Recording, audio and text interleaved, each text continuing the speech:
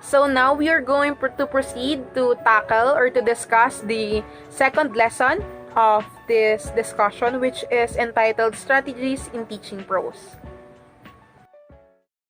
Strategies in teaching prose. Silent reading. The teacher gives the students time to read the paragraph aloud. Silent reading is beneficial for speed reading, acquiring new words, and grasping meaning quickly. Every session begins with a 5 to 10 minute period of silent reading. Silent reading improves students' understanding because it helps them concentrate on reading rather than pronunciation. This practice also allows children to read faster and improve comprehension. Silent reading also helps develop reading skills for a purpose as the focus is on understanding the content. The objectives of silent reading are 1. To enable the students to read silently without making any kind of sound but not moving even their lips, so that others are not disturbed. 2. To enable the students to teach them to read speedily, easily, and fluently. A review of the literature on silent reading fluency reveals 4 core evidence-based components that support the development of silent reading fluency with elementary students. These are 1. Allocated practice time, 2. Supportive classroom environment, 3. Engaged reading, and 4. Teacher scaffolds and instruction. Break it up reading. For the teacher, reading extended passages of a work can be exhausting. As a result, the text will need to be divided into smaller, more manageable pieces. This will make it easier for the teacher to offer the lesson in an engaging and efficient manner. One of the best ways to understand prose is to divide the piece into smaller sections and carefully reread each section until you understand. Encourage the students to read the material several times. The teacher should be mindful by his or her pronunciation. One of the best ways to understand prose is to divide the piece into smaller sections and carefully reread each section until you understand. As a teacher, having the students focus on and reread a particular excerpt can help them gain further meaning than just reading the piece as a whole. Breaking down a text can help increase reading comprehension. This strategy includes looking closely at identifying and writing about elements such as character, setting, problem, solution, beginning, middle, and summary, facts, etc. A chunking activity involves breaking down a difficult text into more manageable pieces and having students rewrite these chunks in their own words. You can use this strategy with challenging texts of any length. Chunking helps students identify keywords and ideas, develops their ability to paraphrase, and make it easier for them to organize and synthesize information. The next strategy in teaching prose is artistic response. The artistic response uses visualization to interpret and understand the text from the literary piece. It is more on expressing one's idea via giving a visual representation, a model, or even music and dance to express the students' understanding. It can also boost the multi-intelligence of the students and creativity by art space. They can use coloring materials here like colored pencils, crayons, colors, and paints. And one example of it is the students is sharing his or her drawing to the class discussion or the group discussion or even in the class in any visual representation. And always remember that any visual representation is an artistic response as long as it can be seen, like in the mathematics. we use fruits in division or in addition, like one mango plus one mango is two mangoes. It is kind of visual representation and also an artistic response. But here in the literature, I remember my teacher in the literature in high school. They actually uses this activity that create a comic strip regarding your very own writing of write of the ending of a story. Like they will give you unfinished stories, and you will think of what is the current or what is the most proper ending of this story. And you can use a comic strip like right in the list. Illustrate it in the illustration board or in the typewriting, and use colored pencils, colored materials, any coloring materials. And here in the next presentation, you can see here a drawing of a kitten and the swan. This is my activity in my literature class now in college.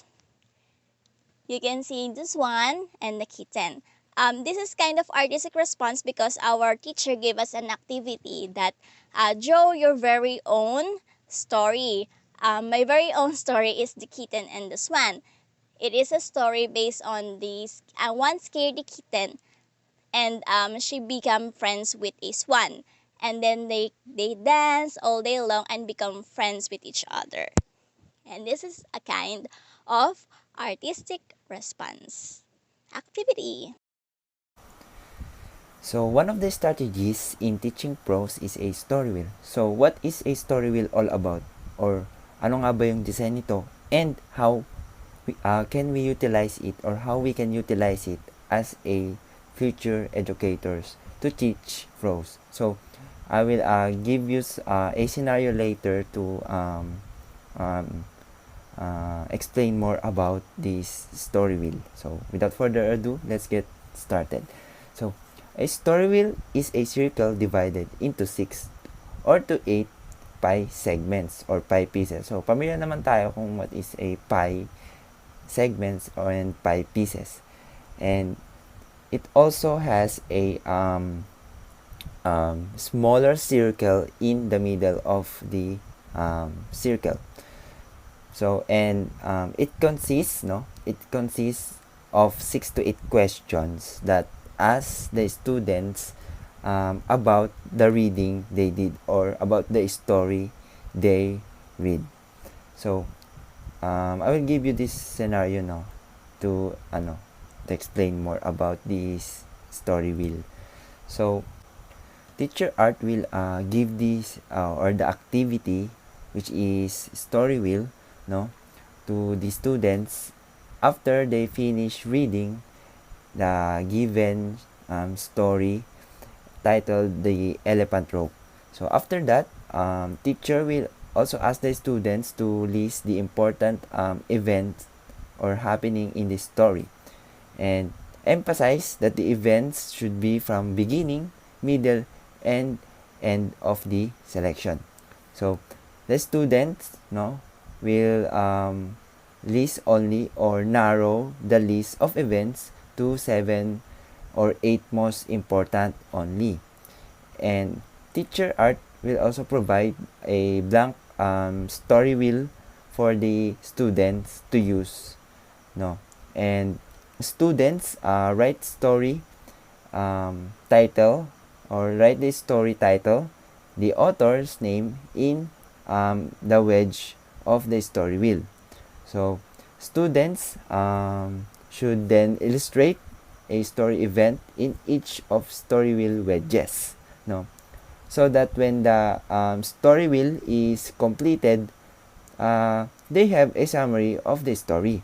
So students could also include the written event in each of the story wheel wedges. So lastly, the students will report or share their story wheels to or with their classmates and their teacher art. And now we will talk about also the importance of a story wheel, or the importance of this strategy in teaching prose. So this approach or strategy can help the learners or students in analyzing and better understanding of a certain story given by the teacher. They can be creative also. They can also be creative by putting design, which I mentioned earlier. No, they can put colors, drawing, and many more in a story wheel to make it more lively to present. And also, it can also employ collaborative learning, which I said also earlier. No, the last part wherein they can report their story wheel, or and also you can use this no as a group activity and not only on individual. So working within groups, students read a text and pick 6 or let's say 8 most important events from the beginning, middle, and the end of the narrative or story, also provided by the teacher. And they then draw pictures in the compartment. No? They can also add this design. They can draw pictures in the compartment for each of the 6 or 8 scenes their group selects. And now we will move forward to the next strategy, which is class discussion. And we are all aware naman po that discussion or discussing a certain literary text or piece can help students understand more about the certain literary piece that we going to teach to them, students. So lecturing helps students understand the material, but creating a discussion involves involves students more effectively. So we are all aware naman po no again that discussion that involves students we can share, or the students and the teacher can share their thoughts and ideas about a certain literary piece that the teacher provide. So during class, ask questions. So why is that? So asking questions to the students based on my experience, it can what you call this? It can be more effective. No, the literary piece will be understand more by the students by asking questions. For example, you ask on the first part of, let's say, on the first paragraph of the story, or first part of the story, you will ask them who are the main characters, or who is the main character of the story, or what are the characters involved in the story. So in the second part, or in the mid, let's say the middle part, no, nasa middle part na kayo ng story, we will ask questions again, no, that about that part of a story, that they can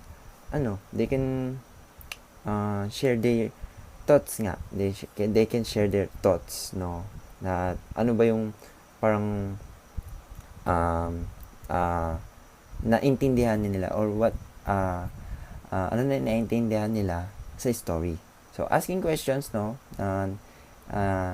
can fully utilize sharing of ideas in the said literary text. So second is, after you discuss the literary text with the students, they can have a small group discussion. The teacher will provide a small group discussion, or the teacher will give time for the students to have a group or small group discussion. So a small group discussion for me, no, based on my experience again, the students or students like me can share my understanding and thoughts and the emotion that I feel while reading or while the teacher while the teacher discussing the said literary piece, and also my other group mates, they can I can also hear or understand them, or I can also get some ideas to them, no, by this, no, parang sharing, like I said earlier, the importance of it is we can the students can share ideas with their classmates. So after that, you can provide a group activity to them.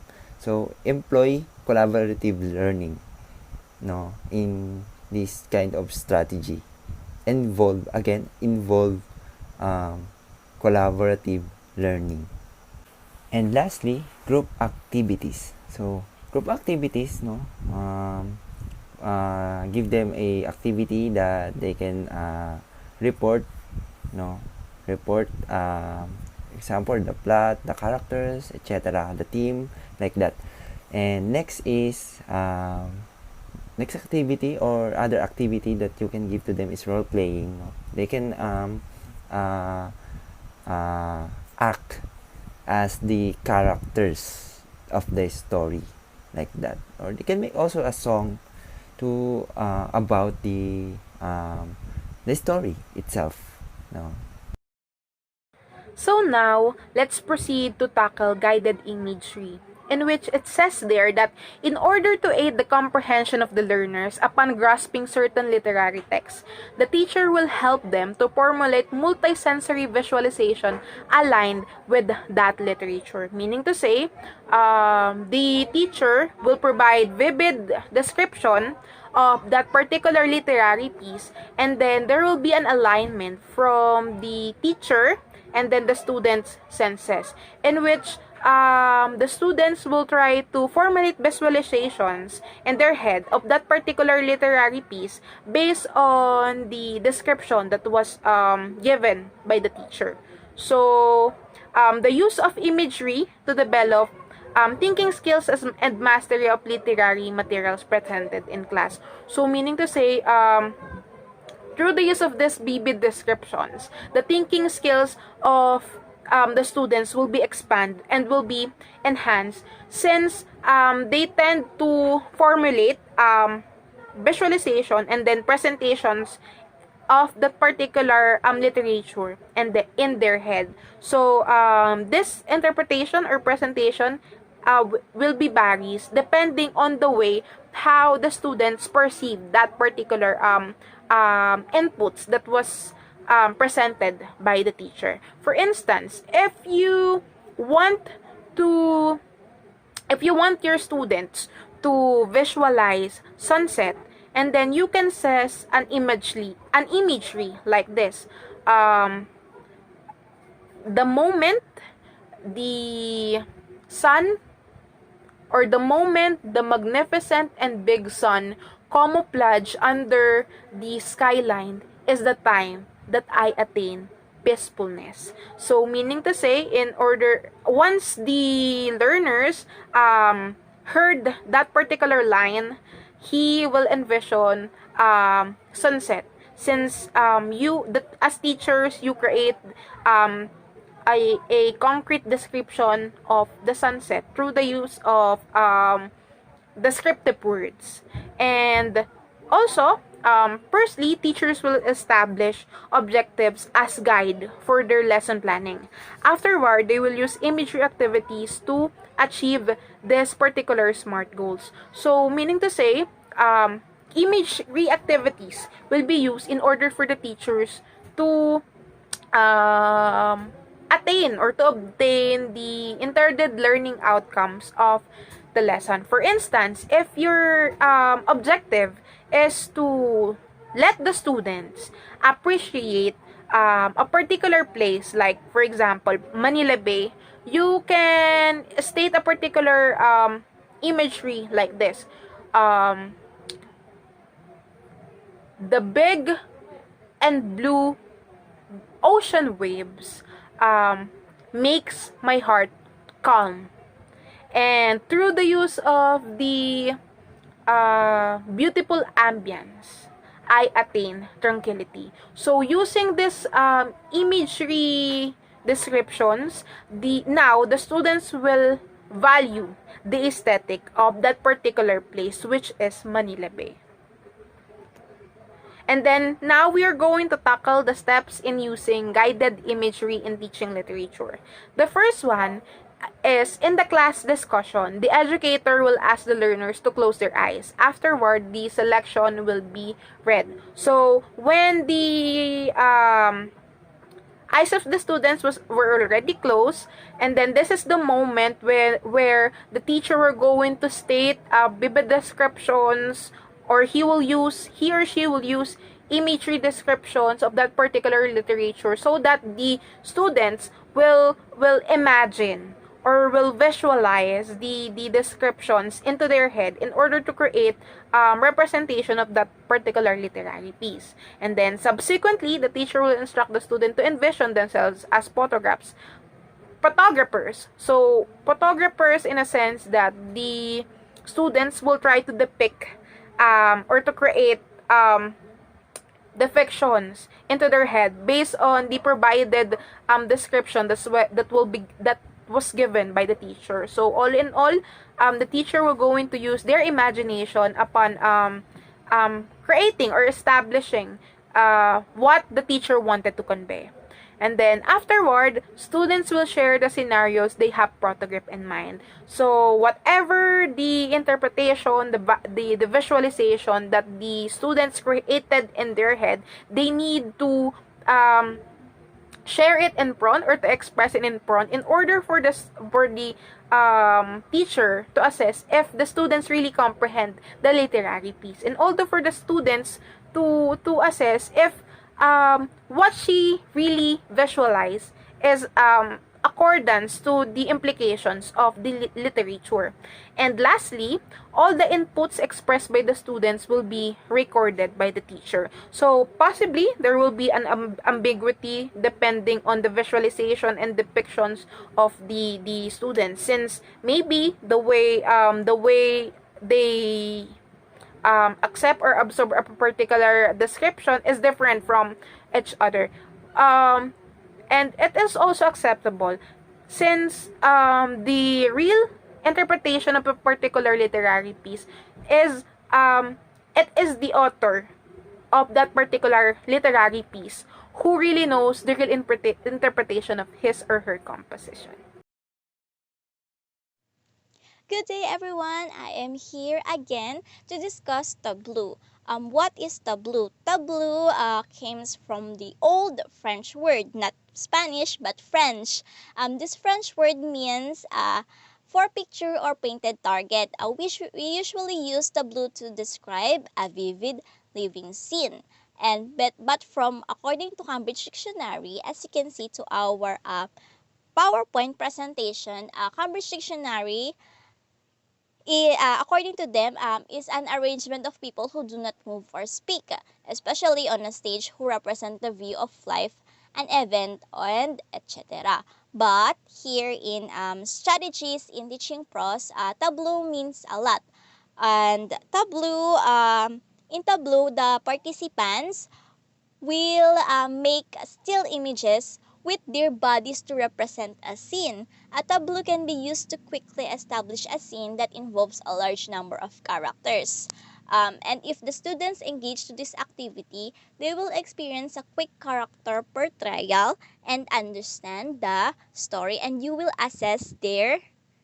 see their understanding of the story, if it correct or not, because tableau must portray the character's feeling, and also it will hone their understanding to the literary piece, because the students will bring the story to life but in a more detailed way, because they will only portray a certain scene. And it is more like human diorama, but their difference is human diorama requires critical props or critical objects.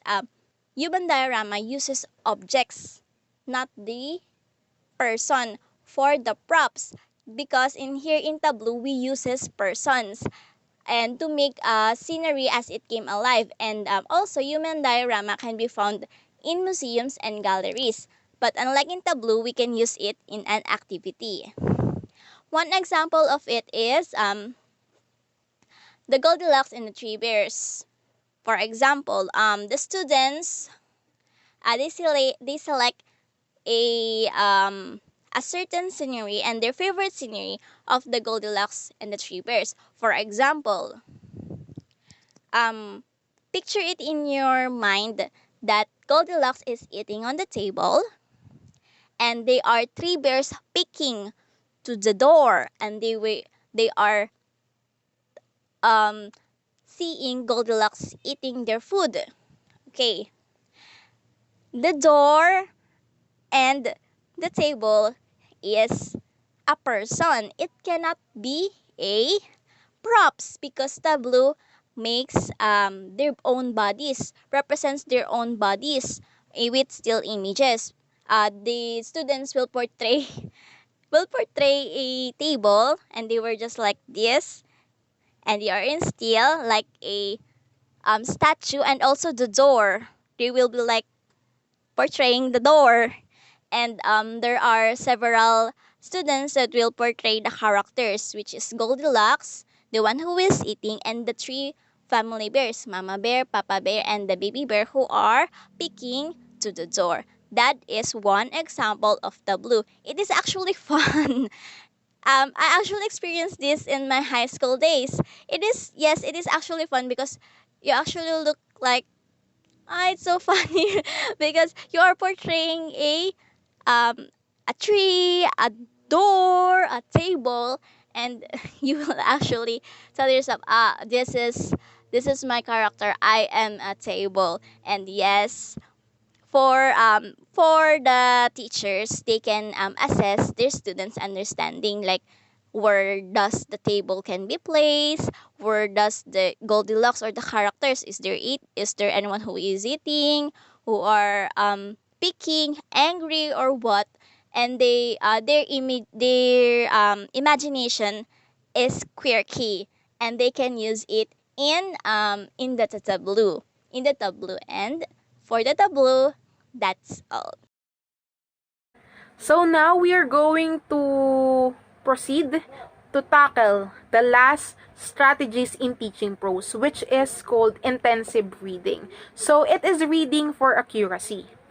Absorb comprehensive understanding of the text. Meaning to say, in this type of strategy or teaching strategy, the teachers advise the learners to read the text as a whole, and then read the text comprehensively in order for them to gain an in-depth understanding of the text, and also for them to understand what are the underlying meanings or the underlying concept incorporated to it.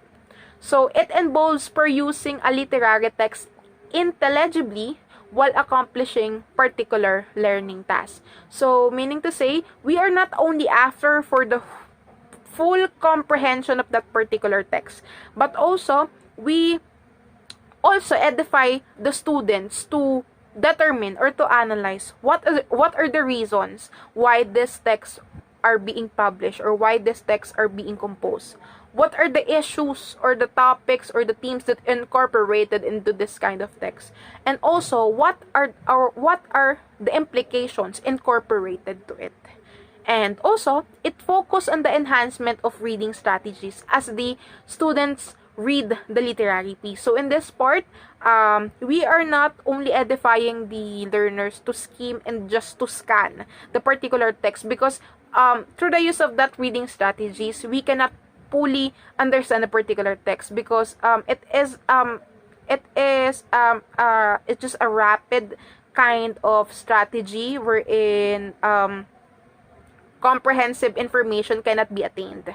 So here we are edifying the learners, or we are training the learners to read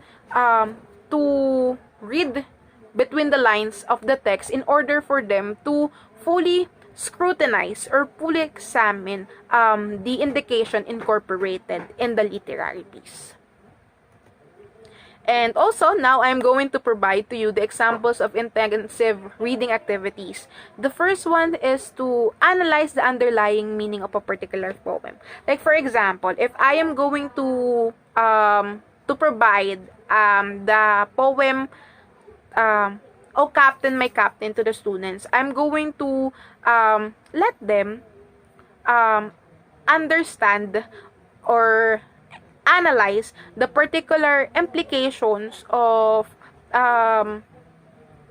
that particular literature behind the figurative language incorporated to it, or behind the literary piece as the whole. So through this or through collaborative tasks, and the students will tend to understand its implication or its indication, and then write a plot pyramid regarding the sequence of events occurred in the story. So in this part, in order for the students to accomplish this task, intensive reading must be done first. So they need to fully comprehend a particular literary piece before they identify the exposition, the rising action, the climax, the falling action, and also the resolution of the story.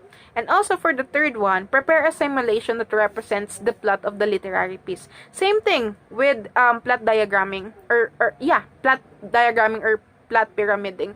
In order for the students to execute a particular role play, they should understand first a particular literature before accomplishing or performing this kind of task. So that's all for our discussion for today. We hope that you've learned from us and you understand what are the genres of prose, and at the same time what are the strategies in teaching prose. So in behalf of our group, we want to say thank you for active listening to our discussion, and may God bless us all. Thank you so much. Bye bye.